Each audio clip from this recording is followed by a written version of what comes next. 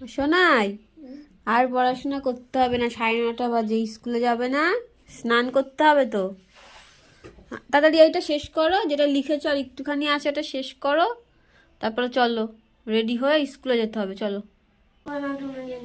এখন শুনুকে ভাত খাইয়ে দেবো, ভাত খেয়েও স্কুলে যাবে, আর মুডটা অফ হয়ে রয়েছে আজকে। এই যে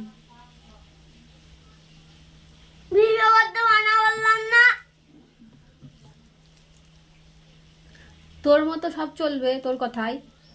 হুম, তুই রাগ হচ্ছিস কোন দুঃখে? কিসের জন্য রাগ হচ্ছিস আমার বল তো একটুখানি। এনে হাঁকার স্নান করতে পারিস না? অনেক রেগে আছে। তো রেগে কেন আছে পরে বলছি। তো মেয়ে স্কুলে চলে গেল, ওকে ওই যে স্কুল দেখা যাচ্ছে ওইটুকুনি আগে বাড়ি এসে স্নান করে নিয়েছি। তো স্নান টান করে পুজো দেওয়া হয়ে গেছে, এখন একটা মুভি দেখতে বসলাম।